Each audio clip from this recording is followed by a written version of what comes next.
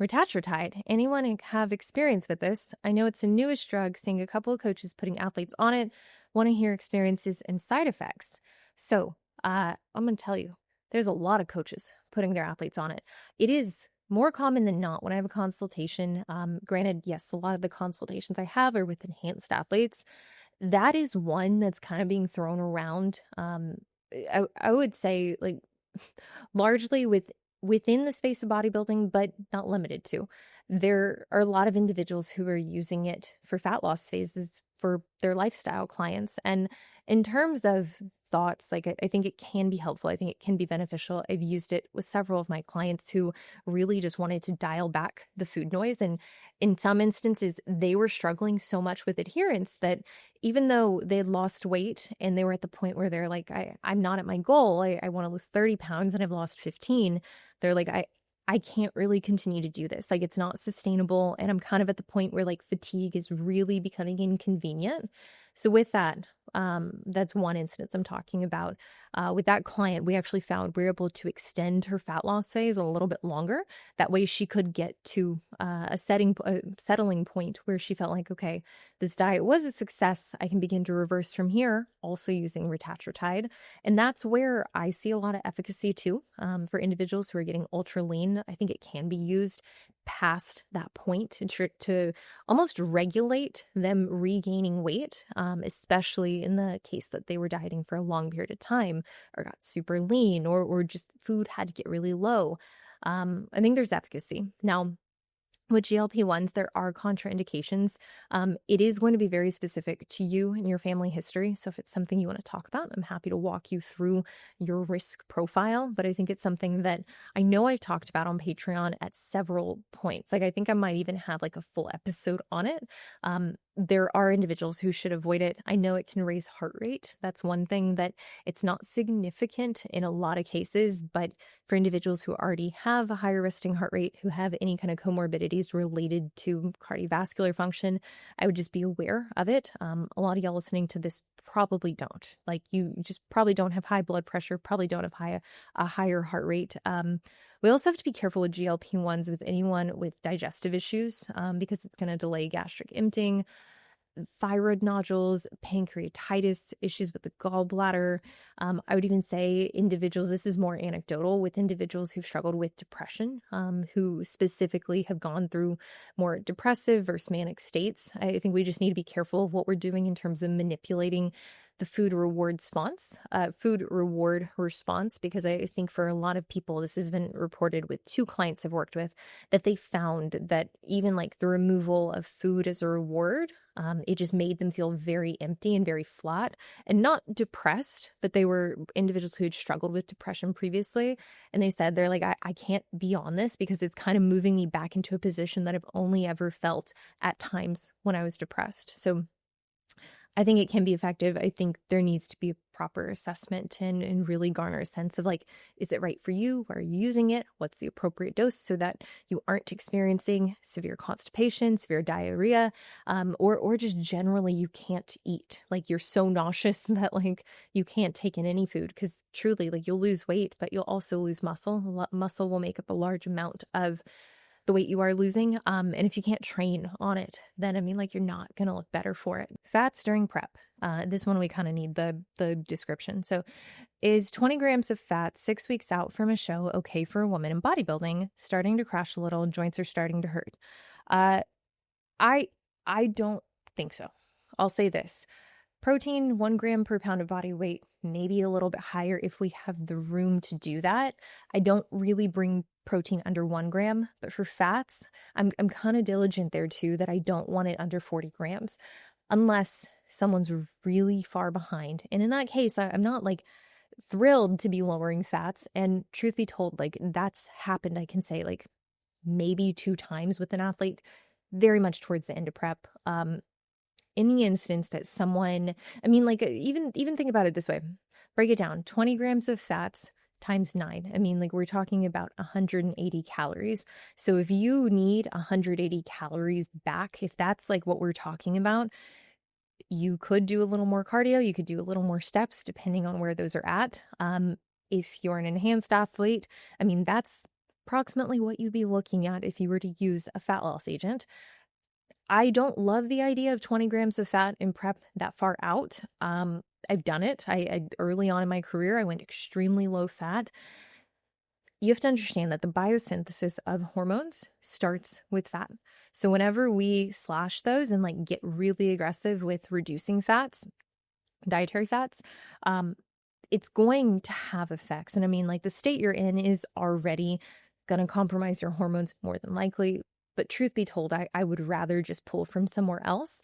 If it's like a temporary thing, if they're just like, hey, we really want to dig 6 weeks out, 5 weeks out, but then like weeks 3, 2, 1, we're going to bring food back up. Maybe it's worth it there. I don't love it. Hosting friends and family. Hey everyone, wondering if anyone has any advice or suggestions around staying on track while hosting friends and family to stay.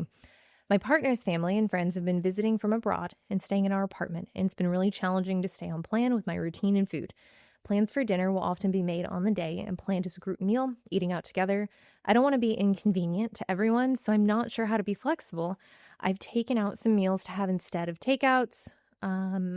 Cooked my own dishes in advance, made sure to serve my own portions, but have found it all really mentally hard work and very draining. I'm not in prep, but curious how people manage these situations in both prep and off season. So what you're describing, it's completely normal. It's expected. And sadly, there's not good advice I can give you other than one, being really clear on like how flexible you're going to be.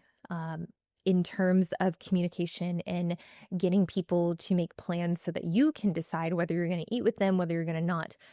I think for me, this starts kind of intrinsically. I'm like, okay, there are certain foods I will partake in, and there are certain foods I won't if I'm in prep. So for instance, when I was 7 weeks out from my 2022, I mean, like I prepped myself and I got really, really lean. And I had a trip.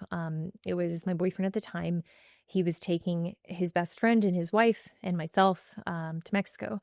And it was stressful. Like I was not looking for, I love Mexico, by the way. I was just like, I was kind of annoyed. I'm like, okay, this is supposed to be fun, but it's ultimately going to be a lot of work. Not knowing where we're going to eat, probably eating out most of our meals, not knowing the schedule. And I can really resonate that like, even though I restricted most of that trip and like I ate some things, it's still like it was so much of a mental drag because it was constantly just like wondering like, is this meal going to be on track or is it not? So I would say in advance planning, depending on how long they're still continuing to stay, these are going to be your untracked meals, or these are going to be your meals out. And even within that scope of like, okay, if it's a super high fat meal, like let's say it's something that's just super difficult to track, pasta, pizza, just fried food, then you're going to limit yourself to a certain portion. So like I did this recently with my boyfriend. We went to see his family. We traveled a lot that day. I didn't know what we were doing for dinner until an hour before. We had pizza, and I'm like, okay, like I could eat a lot of pizza, and I'm pretty hungry actually, but I know I'm not going to feel good for it. I know the calories are going to catch up, and likely the rest of the weekend I'm going to be indulging in some way or another, even if I don't realize it. Like I'm going to probably be over my intake, my desired intake. So like I went into that meal making sure I had protein before. Like we stopped and I got protein shakes. I also had, I think, like a barbell bar. And then when we actually got to his mom's house, I had 2 slices of pizza. And at that point, I wasn't nearly as hungry and I wanted to eat more. But I was like, this fits within the constraints of what I'm comfortable with in terms of being flexible. Of course, like he told me on the way there, he's like, you don't have to eat any of this. No one's going to say anything to you. And if they do, like, I'll kind of like vouch for you. But he's like, I want you to be comfortable. We can stop and get you food on the way. And if your partner is, you know, more so there and like willing to like advocate for you and kind of like set the tone with his family, like, hey, like I'm just curious, and he doesn't have to like bring you up or bring it up that he's asking because of you. If he could just advocate for you a little bit and help you out, I think that'd be really helpful, especially because it's his family. Now, the other thing is just chalking it up. Like if you know that like y'all are going out somewhere and it's going to be dense, and let's say there are options that are going to be lighter, go for a salad, go for a lean protein. If they don't have those options, if you're going, I don't know, if you're going to like Korean barbecue and you're like, well, it's high protein, but it's also high fat. Again, like portion control and just understanding that it's probably not going to be easy to track. This is where I would rely largely on hunger signaling and making sure that you really have a sense of like, this is how full I would be from a meal that I ate out, or at this point in the day, sorry, let me rephrase that. This is how full I would be from a meal that I cooked myself versus a meal that I ate out. And truthfully, like if you know at 2000 calories, you're like really stuffed, knowing the point in which you're kind of approaching that just based off hunger signaling. Like it doesn't have to be perfect or overly rigid, but I do use hunger signaling and even fullness during and then after a meal to kind of assess, should I be eating more? Should I have eaten less? And then I kind of work around from there. But communication is really the only thing that's going to make this easier. And truth be told, you might not have a lot of laxity there. So I would say really doubling down on the sleep routine. Don't feel bad saying like, hey, I have an early morning, I need to get up, or just whatever you need to say. Like, hey, like I've got some things I want to take care of. Just like keep it short, but don't feel like you have to over explain yourself. Don't feel like you have to justify why you're going to sleep earlier, why you're making time for the gym.